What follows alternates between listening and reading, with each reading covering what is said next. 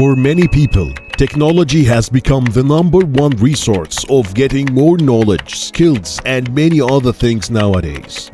That's why we are proud to provide our new mega project, HILFIGER Digital Learning Hub, VDLH.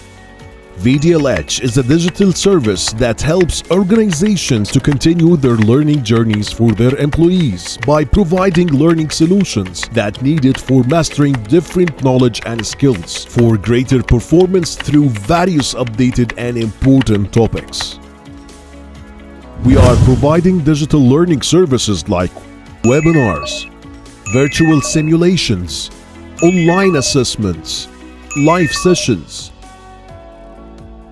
virtual conferences and exhibitions, virtual reality, business consultation, and coaching sessions. VDLH providing tailored training topics that will help HR organizations to boost up their learning performance and engagement. We are providing personal skills, business topics, relationship skills. VDLH is providing their learning in different digital tools that will support the learning solutions with the most efficient ways to deliver a full learning experience. The number one rule of achieving your goal is taking action, and with VDLH, we will make sure that every single action you take will be calculated, effective, and always supported by us. Start now. Contact us for more details. VDLH. Endless learning.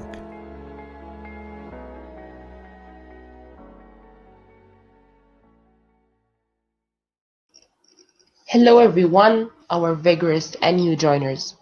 Welcome to today's webinar, Creativity 5, New Think for a New Future.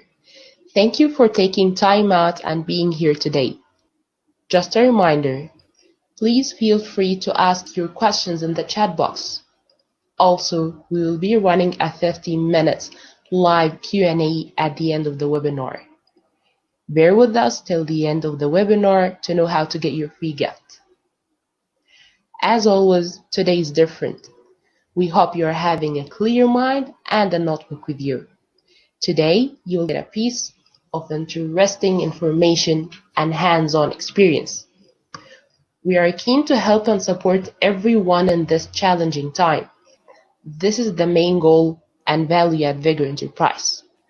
That's why we are continuing our support to the community by providing our series of public webinars through VDLH, HILFIGER Digital Learning Hub, our digital service to help individuals and organizations to continue the learning journeys anytime, anywhere in the world. If you are interested to know more about VDLH services, please contact us on contact@vigorenterprise.com. And today, we have with HILFIGER Enterprise an amazing guest with a very wide knowledge and experience, Mr. Mark Shekter. Mark is the co-founder of Think8 Global Institute, author, and venture strategist. It doesn't stop there. As a co-founder and CEO of the Think8 Global Institute, headquartered in Montreal, Canada, Mark has pioneered an entirely new think to ignite collective creativity and focus it towards real and sustainable social, economic, and environmental solutions. He has provided his expertise globally to governments, major companies, multinationals, and not-for-profit generating billions in increased revenue. And with his background as internationally acclaimed Hollywood writer-producer, having written for Jim Carrey, Steve Martin, and musical material for Elton John, Ray Mitchell, and others, he brings us his unique perspective on the current culture of relentless innovation and marketing disruption, offering a proven way to boost individual and corporate creativity capacity to be profitable and sustainable. Please, let us all welcome Mr. Mark. Welcome. Well, future is on everyone's mind. And as you're sitting at home, as we're sitting here in Montreal, we're all thinking about the future, creating a new future under these unusual circumstances. You know, businesses have always been thinking, successful ones have always been thinking in futures. And that's where they draw on their creativity to understand what's next, to stay ahead of the curve, to understand how to compete successfully. But even with the best of times, businesses still go through struggles, up and down. Some make it, some don't. And unusual circumstances arise, unanticipated. So this isn't the first time, even though business is going through its cycle right now, that challenges have faced businesses. An example in the Great Depression, that was something that threw businesses sideways.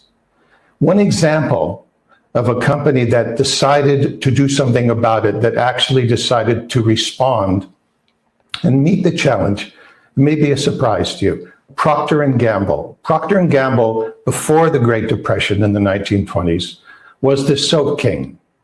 They were ahead of the market, things were going well, and suddenly the Depression comes along and people aren't buying soap like they used to. Stores are filling with inventory, and they have a problem of moving that product to the public. So instead of contracting, instead of reducing costs, efficiency, focused, they decided they're going to go forward, full out, and actually decided to start radio programs with a host, a woman who would be, at that time, the typical housewife at home, using soap products, amongst other things, telling stories about raising family and so on. Well, as a result of that, after about 10 years, 21 of their products had radio ads going. And the result was that they created a new form of entertainment called the soap opera. And they flourished. In fact, this company was more successful after the Depression than they were before.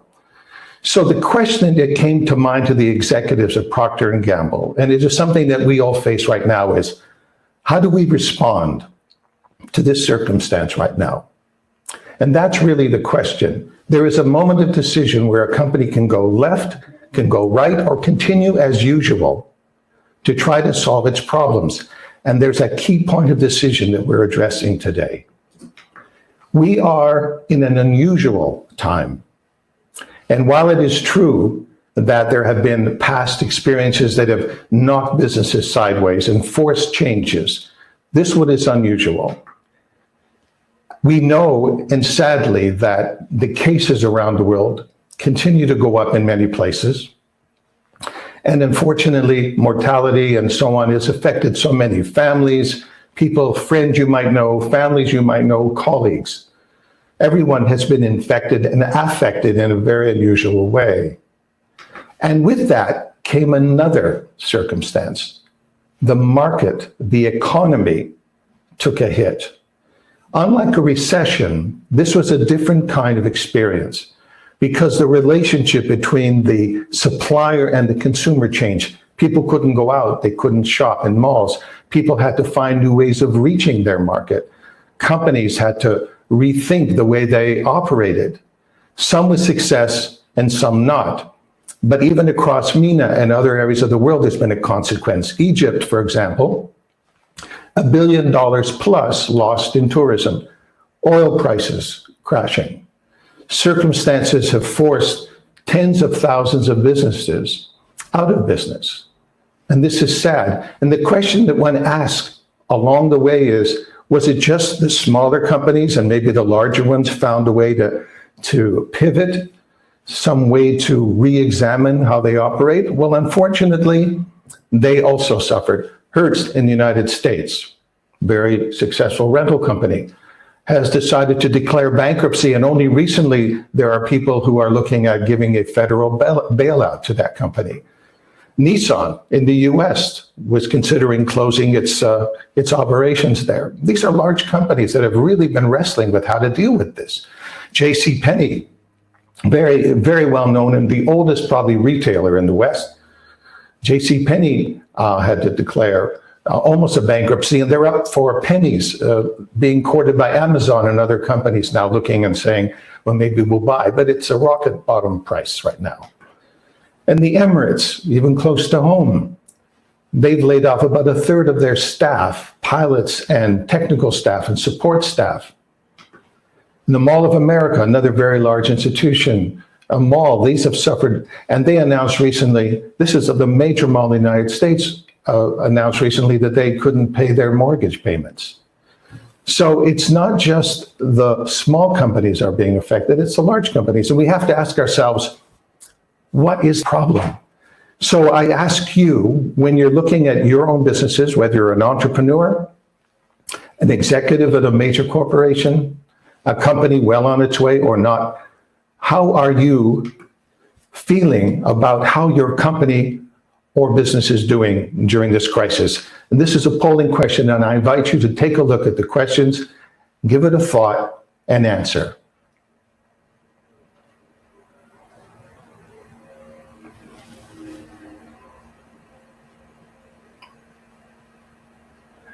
It's interesting when you actually examine these things, and the interest is quite interesting. What I'm getting here is that 100% of you, 100%. Now it's starting to balance a little bit. We're talking about numbers that start to really indicate the source of things. I appreciate your answers here because this is important, because we're in this together, as they say, and we're sitting in a global situation where everything affects everything. And as we look at these numbers coming in here, which I'll relay in a second, it's quite interesting to see how we're balancing out and what the response is to the questions being asked. And again, that's that moment of decision of how do we operate now and how do we go forward? So what we're getting, for example, is we just take a moment here, and it's interesting, the questions are still coming in. We're sitting here in terms of how well people think they're doing. Those that are feeling they're doing okay with some growth is around 26% so far, according to the survey. 26% thinking there's a slow incline. A lot of tech companies are experiencing some of this in the US, and so on. Zoom and other companies, of course, are really enjoying an upsurge because people, of course, are online using their services. Those just managing to stay, just that survival level, we're sitting at 68%. 68% of you are saying it's just that borderline, that make break, and that's a difficult place to be. Those struggling to stay solvent is 5%. So what we're getting in the majority of answers, and this is quite interesting as well, even at the numbers going up, there's a bit of shifting here. We're noticing even on the struggling that it's maybe at 10%. But it looks like, based on this, about 2/3 of you answering are really just managing to stay at a certain level. And the question is, how long? And what does one do in those circumstances? And that's really what we want to address right now.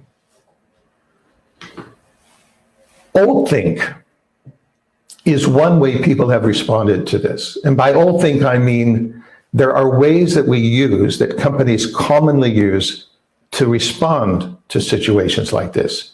And it's not surprising, these have been used for years. They're called best practices.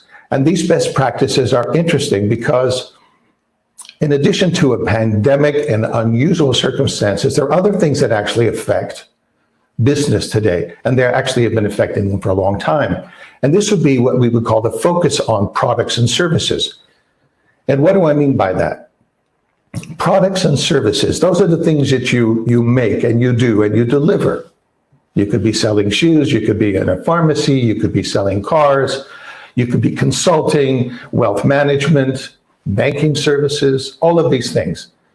And when times like this happen, what we typically see is that companies respond by saying, we'll do more of what we've been doing. We'll do it better, we'll do it stronger, we'll do it smarter. Unfortunately, even though the pandemic is here, and even though these are sensible at the first glance things to do, The result is, however, and you saw from the results of Nissan and other companies, they're not necessarily handling the problem. Here's what typically happens. There is something in the market that they see, they react to it, they retool to rethink how they're going to operate. They might downsize, they might have more efficiencies, they might let people go, they furlough some staff, and then they respond, figuring that they have solved the problem, they have adjusted, and then they repeat that process. Reacting to the thing, a retooling, and a response. It seems natural. Unfortunately, the statistics don't bear out. There is a new way to look at a problem, a new way to think. It's required now because the old ways aren't holding fruit. They're not sustaining us. They're not changing the condition here. And what we find is that while this has been happening, and this is something we're all aware of, I mean, here we are at home, we've had to change things, we have lockdowns. We're not living life as we did. There's a new normal. And some of the things that we have to be mindful of in this new normal is what has happened to the market. We're not living in an isolated world right now in terms of the economy. These are interrelated factors. And things have changed radically. They were already on the way to change. The end of over-consumerism. What we're finding is, and this is where brands have to rethink themselves, is that right now, where once upon a time we could push a product or service to our public, to our target market. Right now, we have to recognize that it's a saturated market. We have consumed and consumed. And the model has been more, sell them more, sell them more. Well, we're sitting at a time where the public, your public, our public, are saying, we've bought enough. I think we have enough. What else do we need? At this time and in this place, do we need more stuff? There is also at the same time a different relationship that the public has, the consumer, to the companies that supply them. What is the company doing? How is it operating? How civic-minded is it? Is it a company or business that I like? Do I feel that they're well-intentioned? This is important, and increasingly, again, these trends were already starting, but it's something to keep in mind because this is the new reality that companies now, when they look at what to do now and how to respond to this circumstance, have to keep in mind. And where is this coming from? This is coming from a reset of our own personal priorities. You and I and our family and our friends are sitting there going, do we need all these things? What is life meaning for us right now? What meaning does it have? Am I happy in my work? Am I being fulfilled? Am I taking care of myself? My family, I've been working very hard. Have I the need to spend more time with my family? What is important? Is it more important than it was priorly? All of these are setting the stage for a new market base. And this is something we have to keep in mind now because you, the supplier, we, the business people, we, the entrepreneurs, the enterprises, the multinational corporations, it doesn't matter. Universally, we're finding now there's been a shift of priorities and a new normal has descended. And what is the new focus? Well, it's not the thing, the product or the service that we're selling anymore. There's something else going on. It's what is the value? What is that functionality, the real purpose of that product or thing? What does it stand for? For example, is it related to my values, my life values? Do I feel that that product actually is important to me? Does it fulfill my life? Does it add to my life? For example, would I buy this toothpaste that has various ingredients, or would I buy another kind of toothpaste that I feel is more friendly, less maybe toxic, maybe healthier, less sugar? These things are operating now. Again, this has been swelling. Now it's actually exploding. Another example, do products and services enhance my lifestyle? I have to rethink my lifestyle now. I would get up, I'd go to the office, I'd come back, or I'd start my business. Here we are working at home, the majority remotely. We're having to readjust our time, our balance of things. So when I buy or go out to look or buy online or however I'm acquiring things now, is it supporting a new lifestyle? Is it also providing an experience? The millennials and other demographics now are more interested and are purchasing more experiences than products. Once upon a time, trips, travel, experiences, even audiovisual experience at home, home entertainment. Those are experiences. True, we have to buy the things to broadcast it, but we also have to realize that they have to create an environment that we can enjoy. That experience is important to us. If I'm buying a pair of shoes, is it going to help me run better and feel better in those running shoes? It isn't just the product, it's what that product stands for. Is it about me? Is it about enhancing life, human life, or is it strictly for the purpose of consumption? This is the new area we're going into right now. And at the end of the day, also, there's something that is increasingly important. It's the people's feeling about the companies that are serving them. Much more transparency, much more authenticity. Where does that project or product originate from? Who is doing it? Who are the people behind? What is their feeling about their product? Is it serving us? Is this company actually providing something unique to the community it serves? Are companies mindful of their demographic through charities, non-foundational type of activities, various kinds of things that they're actually providing that are well beyond just servicing? For example, on holidays, people giving out food and other prizes and gifts and rewards in some way to acknowledge and thank their consumers. That mindfulness is increased. The result of all of this is actually a new business model that has arisen. This is another way to look at the problem. And those companies that are adjusting have discovered something that was sitting there a long time. It wouldn't be new to you. It really isn't new to us. It's a question of, has it come up in its value to how we market, how we create and develop projects and services and products. And that new business model is, simply put, marketing true worth, the real value that you are bringing to someone. And this more than ever is the benchmark now. And companies and enterprises that have figured this out early are on the curve up. And those that are still doing the old thing of trying to push products and push services to their public are less successful. Why? Because that public and their tastes have shifted.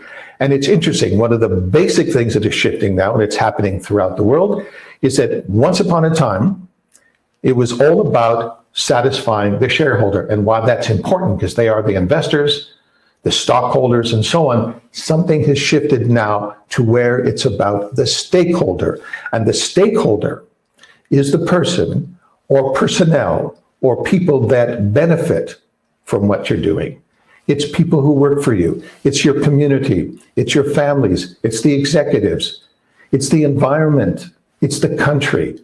So when a product comes out, it isn't a question of just promoting that it does this. It has to actually do it. The product or service itself, by itself, has to have worth. Marketing real worth, true worth, is the game changer right now.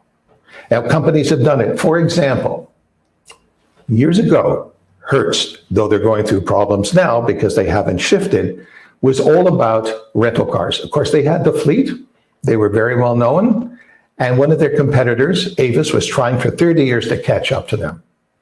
30 years is a long time. They were doing everything. Hertz had the fleet.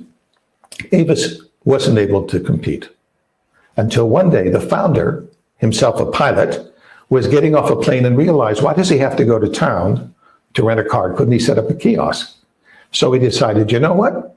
I think we're actually in the wrong business. Is it rental cars or is it service, convenience to our consumer? So they changed the way they operated. Their worth, their value became actually convenience.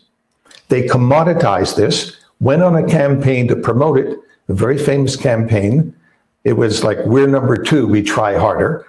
And after 30 years, within months, they caught up to Hearst. What is the lesson of that? They stepped back and went, what business are we really in?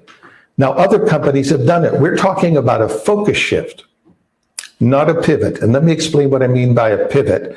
This is common in the lean startup where people are trying plan A and then they go to plan B because maybe that'll make them money. They're a parlor, a beauty parlor, and they're going to sell pizza. Or they're a car company and they're going to get into automation. Or, digital cell phones and whatever. This is a pivot. I'm talking about sticking with a plan A, finding your worth and expanding that. And what we're talking about, and examples, for example, in the airline business, they're suffering. Their passenger lists are way, way down. So what have they done? Well, United and American Airlines and Virgin Atlantic have decided, they were in the cargo business. So they'll deliver cargo, and they've gone head to head with FedEx and UPS. Other things, grocery stores. Well, people weren't showing up in grocery stores. There was very limited time. As you know, certain lockdown, you only had an hour perhaps to go to a grocery store. Well, they realized they could be fulfillment centers for the larger corporations. So people could gather and get their materials and products and service. They went from basically a retail model to a wholesale model. Fulfillment centers to be able to supply the needed goods and services, in this case, food and vegetables. Other companies, restaurants, classic example in New York. You had companies in restaurants that could not open, but they realized that not only were they serving good cooked food, they were sourcing excellent meats and vegetables. And so they set up gourmet grocery stores in one example, and they're flourishing. Again, stepping back and going, what actually are we doing? Yes, we're cooking meals, but we also are serving good food, and good food comes from good sourcing of meats and vegetables and so on. Another example, retailers. Retailers who've had to compete against the online thing realize, well, maybe people can't come to the stores as easily without masks and various protocols, but what they can do is that they can provide an instant gratification by saying, order it online, your favorite store, and come and pick it up. So you don't have to wait 2 or 3 days, in some cases now, 3 weeks, 4 weeks, because some of these retailers now are finding that even if you go online, they're faster than the online delivery in some cases.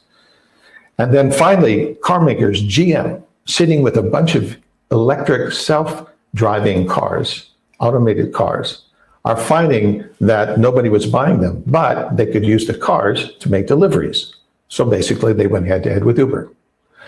All of these companies had a basic understanding of the essence of what they were doing, their own DNA, if you like. And they were looking at products and services and saying, well, we got trouble selling that, but what could we sell? What are we really offering the public? And this is really drawing on a creative approach to the problem. But here's the thing. When we think of creativity, typically, we think of thinking out of the box, imagination, blue spark sessions, retreats, and so on. Very classic. But there's another definition of creativity that I'm proposing that we use in our businesses and are using in business around the world that we offer our help and services to. And that is a different approach that is based on something uniquely different. And that is discovering your true worth.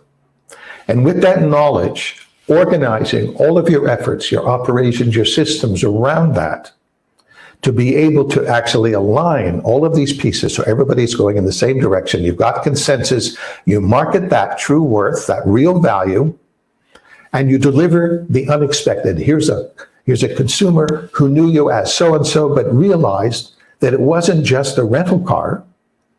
You were going to make it easy for them to actually purchase or rent a car. In this case, it's interesting because Enterprise, that was nowhere in sight behind Hearst and Avis, took service to a whole other level, first right to your door, and then to compete with Uber and Lyft and other companies around the world. They realized they had to step back and say, well, what business are we really in? What is our value? And it was almost too obvious. They were in your transportation needs. So now they sell cars, they have carpooling and so on.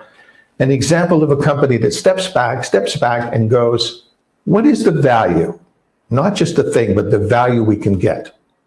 So, creativity 5.0 is a new definition that I'm proposing here because it is really a way to look at and create a new future. Your true worth. What do we mean by true worth? Who you are at core. You're sitting there. You have to understand, as your public is understanding, what is my value? Who am I? What do I want? What are my interests? What are my priorities now? What do I want to provide? Work is meaningful, should be meaningful. Is it? What do you stand for? Do you care about things? Are you actively involved in things that are meaningful to you and your family, your friends, issues and causes you might embrace? Those are who you are at core. And the value, thinking about that and what you can do and what you can offer others. And it's interesting at this time, there's a lot of self-reflection going on, a lot of people thinking about what they should do and how they should do it, and what's important to them and what they can offer to others. And it's an interesting time of stepping back and going, what is my worth? Well, a company does the same thing too. Even though they may be large, there are people within that company that might step back and go, I think we have to rethink things. I think we have to realize what we're really doing and what we are offering to the public at large, to our consumer, whom we value. With that in mind, now we can tap into and understand what real value we could bring, because it does matter. And so companies like Patagonia, for example, have done that. And not only were they a very good sort of outdoor apparel company, but they also decided to move into the environmental thing and donated heavily millions of dollars to help the environment and the ecological movement, which is important to them. Tommy Hilfiger, clothing line, recognized that they could also service young children who had medical or physical needs that were being addressed. And they created a whole line, an adaptive product line, adaptive clothing for children, a beautiful thing. The North Face thought about themselves, looked back and said, what are we doing? Yes, we are in the sports business, but also we could create a line of product, which they call the Cali Wool Collection, which has no carbon footprint. Again, thoughtfully doing it. These companies have already had a good reputation, but they're building their reputation on providing value. Simple. Banking, online banking. There's a lot of competitors in this space, but what was the differentiator? They said, well, banking, instead of taking from or investing money and so on and selling services and products, their whole positioning has been, how do we help you save money? Being very careful with your money. In other words, they were on a campaign to help their public handle money well, handle their finances well. These people all looked at what they could do and provide something unique. So how do we find our true worth? There's a lot of solutions offered out there. You've been given many examples of very thoughtful people offering really fine and thoughtful ideas of boosting business and how to relate to your consumers and all that. And there is something that we use and something that I am sharing with you, which is a tool that has been used now more and more universally, and it's 8-step program, which helps you understand and identify your value, and not only your true worth, but the pathway to deliver it. And it's interesting that these 8 points, and it's an 8-step scale as I will present to you, these 8 points are found to be common to companies that have done well. And those that are struggling haven't examined to a greater or lesser degree, even by accident or trial and error, however they might come to it, haven't examined their real value enough to be able to compete. And so the interesting thing about these things is it starts with something fundamental to all of us: purpose. Our purpose for doing things. Your impassioned reason for doing the things you do, in this case, the businesses you start, the entrepreneuring that you do, the care that you give for others. Your purposefulness is really a guide. It ignites a number of things that are very important and things that will have a direct effect on the products you make and how you deliver those products.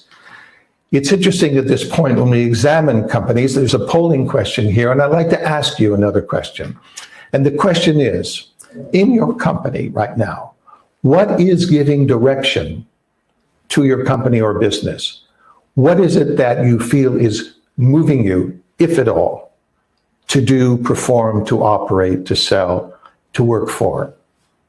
And take a moment to fill it out and to answer these questions. You're given 3 choices here. Interesting to see how dynamic or not your company might be, what it is that you feel is that driving force or not within your company. And let's take a look at the results here to see what we're getting. Very interesting as we look at this. It's a very common question that sometimes is rarely asked by companies or organizations when they're examining how they're doing, what they should be doing. It's interesting to see how the executive group and how the people underneath them are working and how they respond to directives and to various mandates and mission statements and so forth. It's interesting to really examine what is supposed to be that directive and that sort of raison d'etre, that reason for the operation of that company. And it's interesting. So here's what we get. As far as the dynamic vision,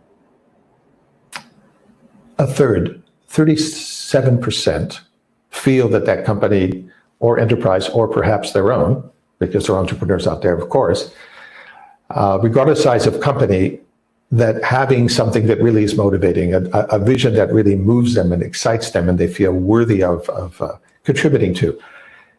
On the next question, the basic mandate, this is common. You can read them. Sometimes they're quite wordy.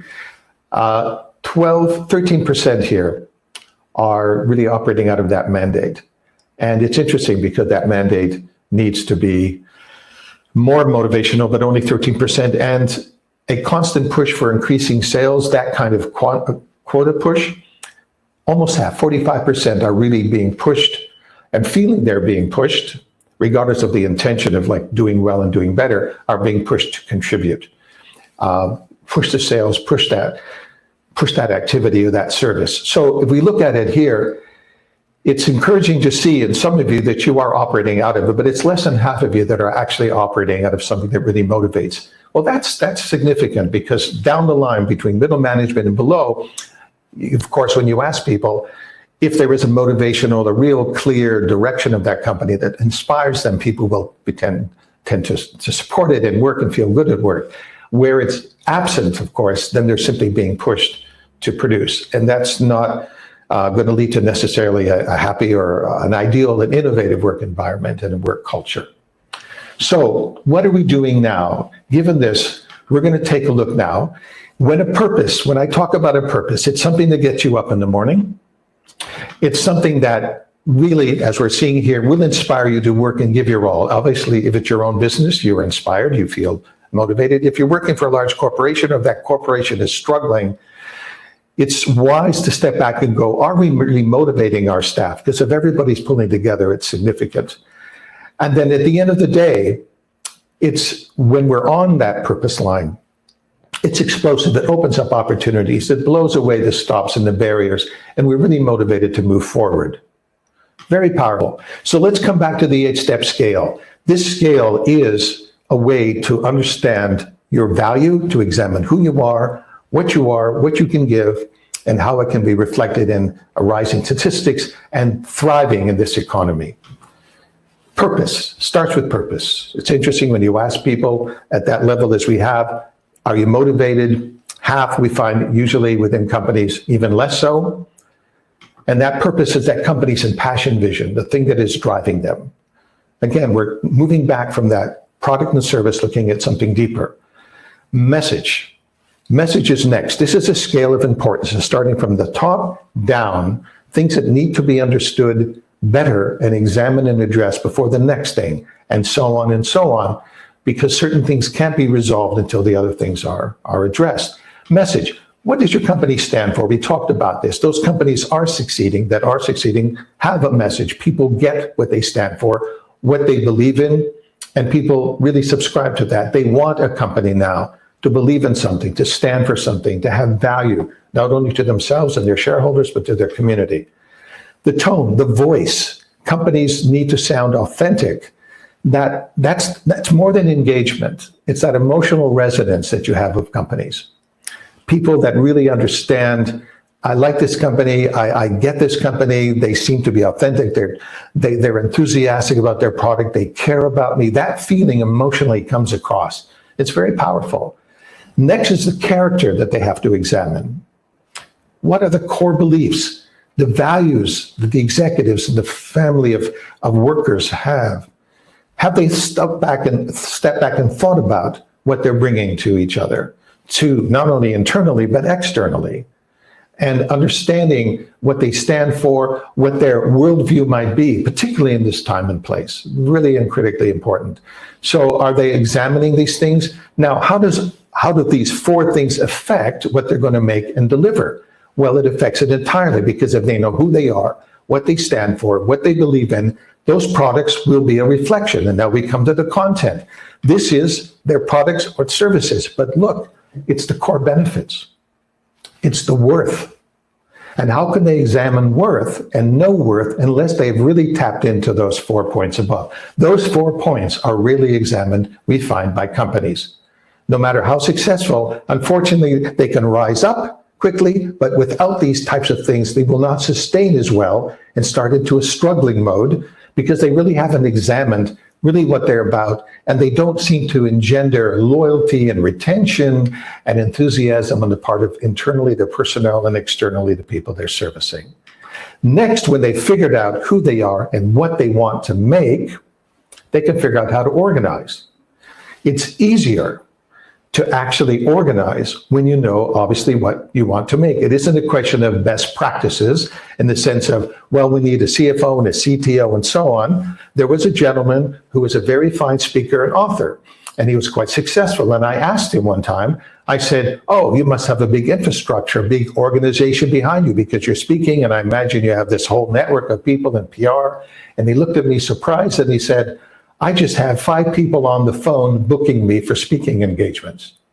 And I thought, well, how does that work? He said, well, I'm a speaker. I stand up, I talk, I sell my books, I get my consulting opportunities. That's it. I'm a speaker. I don't need an army. I just need to book myself. Disney, perfect example of a company that actually went and they have their happiness unit. They're selling happiness. So they organized a happiness consultancy, which goes around the world, bringing and advising people on how to make a happy organization. That's structural. It's a solution based on, a design based on what they're making. Style. Well, style is the brand. Style reflects how they feel, how people should feel about them. It's the look. It's the way their offices might look. It's the way their website might look. It says to them, and it communicates best materially, physically, the vision of that company. It's visible, it's reflective of their values. They can see it, they can touch it.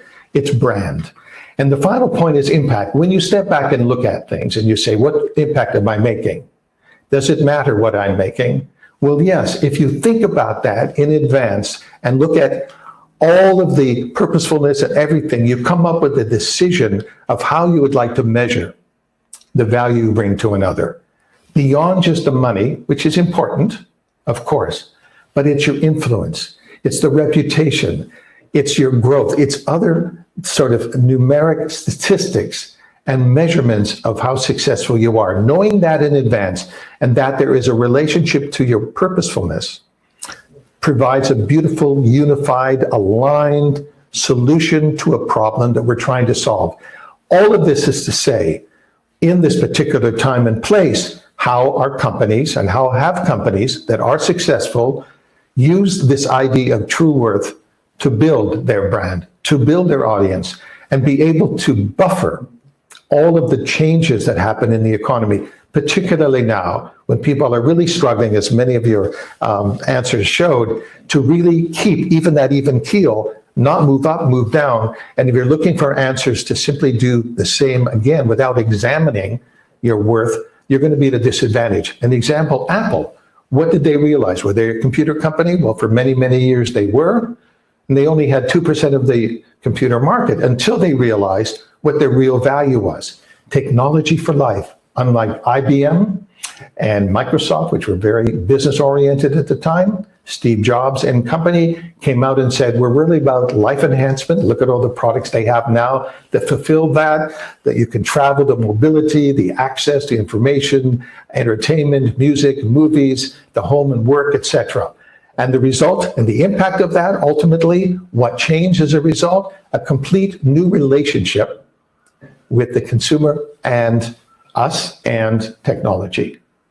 Nothing minor.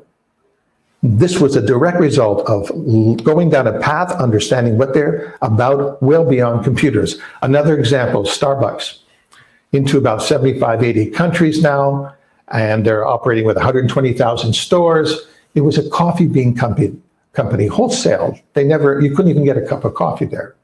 And what happened subsequently?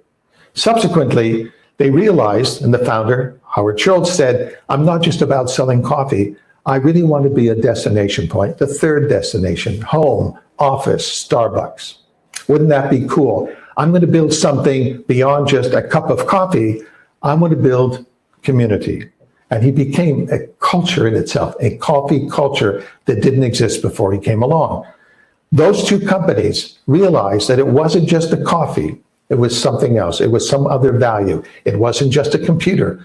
Apple never was able to compete in the computer market to the degree that HP and Dell and other companies have. So what do we get? The 8-step scale. You get the full alignment because everybody is seeing the same thing. Everybody understands the value. Everybody's on the same page. You get the creative consensus. The executive on down has used this creative formula of understanding worth and really understanding how it can be translated into real value and how to deliver it. You have a creative consensus. Everybody is on the same page. Everybody's moving in the same direction. The result, you get an accelerated growth because everybody's pulling in the same way. It's organizational physics. There is no pullback. There's no confusion. And your stakeholders, everybody gets you.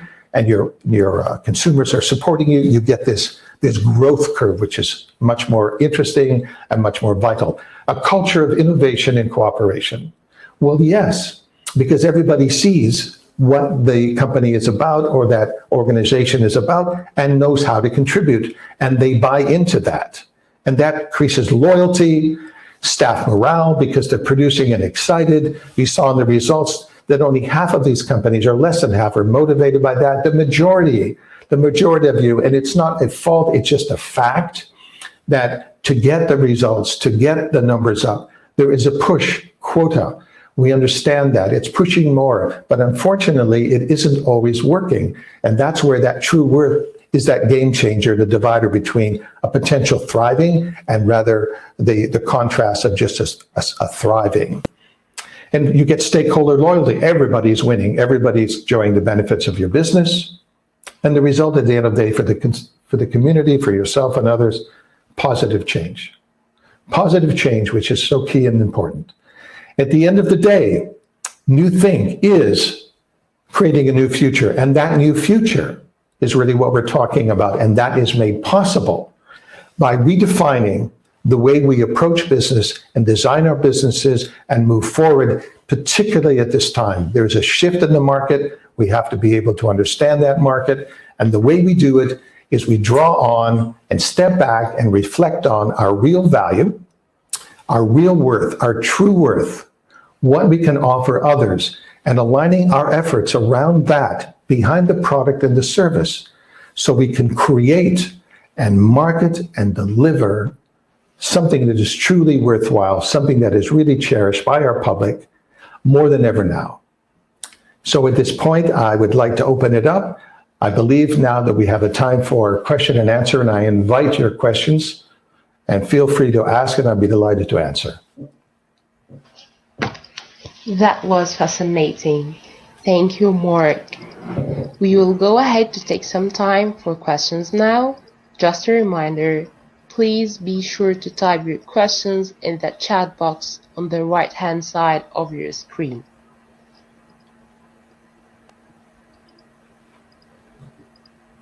If you have any questions, please feel free to share it with us and we will take it live. I'm getting some nice questions. Yes, we are having a few questions. So we'll start with Mr. Sanjay. He's asking, Considering the business switch for adapting to current situation, what would be the major upcoming challenges that business units face to get back to the primary line of business? Lovely question. I think if you're talking internally, obviously, that's one way to interpret that question, where they obviously have to turn to management and say, please give us direction. We would request direction, or, help in helping you find direction. But I think the overall thing is, it's not about abandoning what you're doing. It's about understanding more deeply the value that brings to others. So it isn't a question of having to readjust what you're doing. I think the big question is, how can you take what you're doing, your products and services, and then offer that to clients or to consumers? And if you're working internally and readjusting back, if it's an internal question we're asking in terms of getting alignment, I think it's really a question of being able to participate in that change and discussion. More than ever, I think cooperation, there's commonly now there is that expression of vertical management and horizontal management. And what I'm finding increasingly in our work globally is that everybody is and should be invited to be part of that decision in terms of that recalibration of a company and reconfiguring it so that everybody's on the same page. That is really critical. And I think that coming back to how it was, I think we have to recognize there's a new normal, and I think that's going to involve a recalibration and a re-understanding of the value of that company at core, and then aligning all our efforts. I don't think it's just getting back to how it was. I think the whole message of what I'm trying to convey here is that, given what you're doing, to really tap into the essence of what you're doing, to market that, will move a long way towards rehabilitating and getting you back on track. I hope I answered your question. It's an interesting question. I saw the internal and external consequence here. Mina, I can read the questions if you want. And I'll read it aloud. I think everybody sees it. What's the level of commitment you can see from top management towards these principles? Interesting that once upon a time, I would say 7 years ago, there was some resistance. It's because companies that we were dealing with weren't doing badly, but then their market share would drop. Not like it is now, but it would drop, and then they would go to the conventional, solutions and the larger, I guess, classic companies for help in micro analysis and so on. And what we found that there was a bit of a pushback of, we're doing it okay, we just have to do it better. And that smarter, better, faster thing has sort of dissolved now to where they actually are getting in touch and going, I think we have to rethink things. And it's interesting because at heart, in the executive branch, and this is where these decisions are obviously made most often, really when you get past the corporate veneer, these men and women really do want to do well and want to change, but they've not necessarily had the tool to sort of poke at that and get them to look at that in that way. And so I think now more than ever, and by the examples I've shown, hopefully I've given you a sense of what is possible, but it does involve breaking through, perhaps at times, a barrier of, we've always done it this way, should we do it that way? But these are people, the executives, they are at home, they are dealing with this, they are looking around, they are seeing businesses fail, the large ones. I think it is time. I would encourage that dialogue so that they are less resistive. And I think increasingly, we're finding increasingly so, it's almost now expected. And when we get the call, it's because they have made that choice. But it's not always been that way. How to influence the management to change their leadership style? Similar question. It's a big one, depending on the size of the company. If you're an entrepreneur, obviously you can get out and do that and do it yourself or your team. You're very agile. Larger companies are less agile. Again, their operational systems, we have to appreciate the systems are quite complex in some of these multinationals. Oil and gas and various other things. They're wrestling with size. And size, like that sea change, takes time.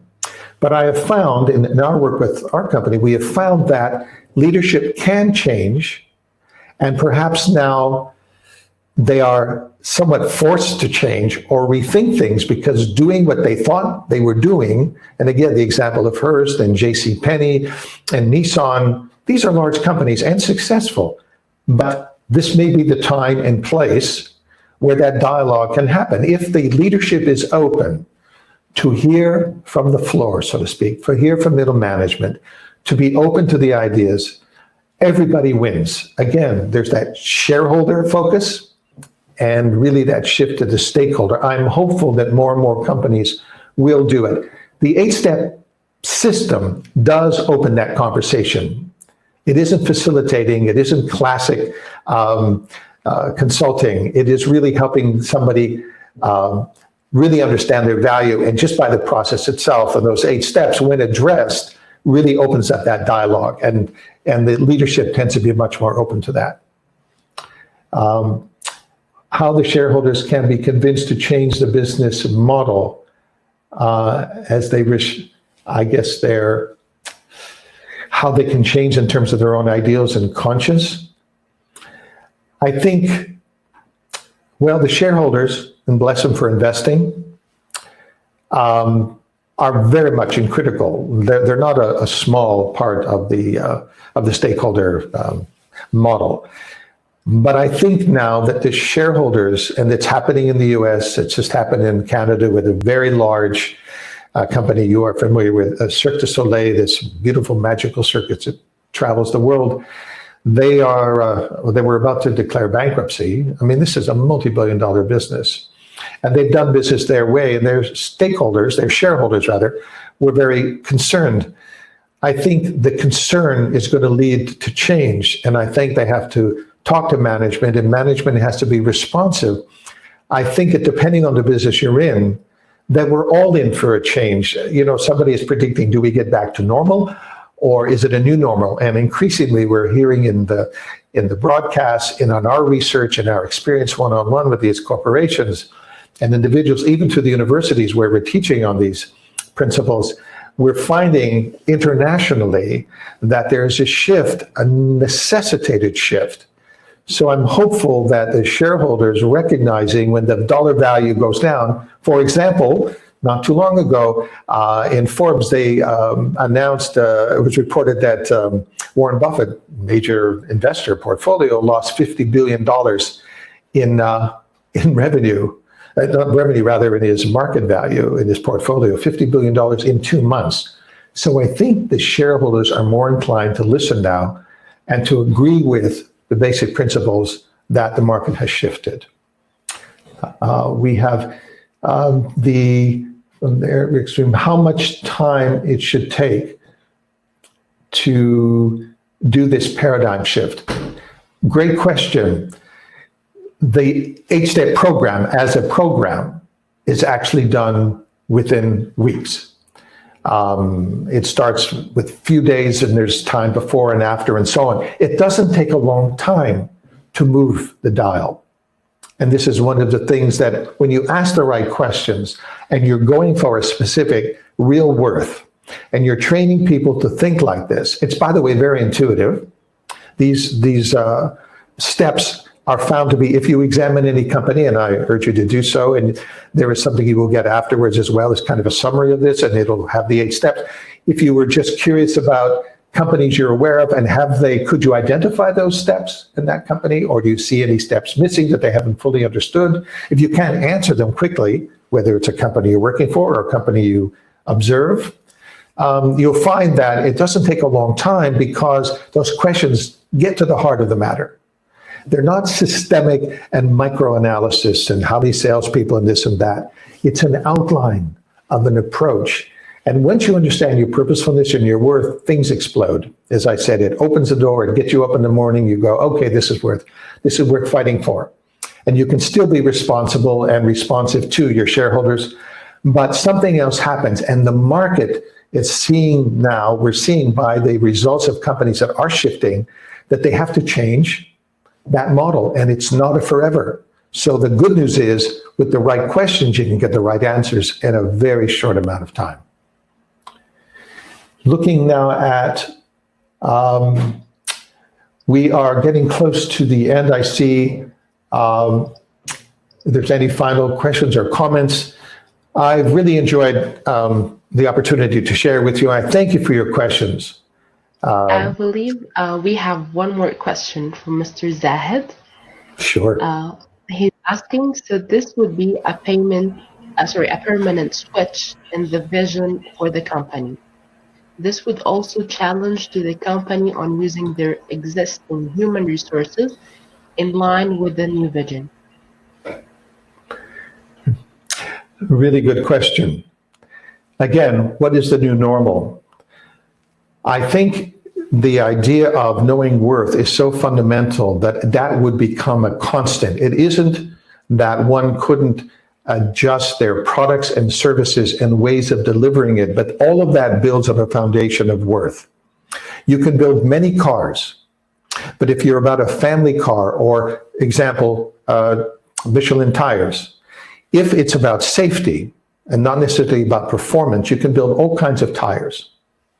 There's no limit to what you can offer on the content side of that edge step point. But the point is, you don't have to go left and suddenly we have not found having to swing back right when this pandemic changes and you have to revert to it. I think it's intrinsic of a company to understand more than ever now what it can offer, and it can iterate on those offerings, as Apple did, in terms of, yes, it was technology for life, but they had the iPod and the iPad and the iPhone and so forth. You had a growth of product and service, but it was based on that core technology, that fundamental purpose. And that's the key. So I don't think it's a question of turning left and having to switch back right when time's passed. I think it's something that can bear fruit all the way through. So I believe these are all the questions we have for today. With no doubts, we knew we'll have an informative and amazing webinar with you, Mark. Thank you so much for your time and effort. Been my pleasure. As a strategic and exclusive partner in the Middle East with Mr. Mark, we would like to thank you all for being a part from this great webinar. For more information and details about in-house workshops and more services by Mr. Mark Shekter, please reach us on contact@vigorenterprise.com. Please make sure to fill the survey that will be sent to you on your registered email so you can get your free gift for this webinar. We at Vigor Enterprise are glad to announce that we have a huge surprise in the upcoming few days. Please make sure to visit our website to get more information. If you are interested to know more about our in-house webinars, live sessions, and VDLH services, please share with us your contacts on contact@vigorenterprise.com, and we will reach you out for more information and support. Thank you again from Vigor Enterprise and VDLH. Stay safe, wash your hands, and see you soon.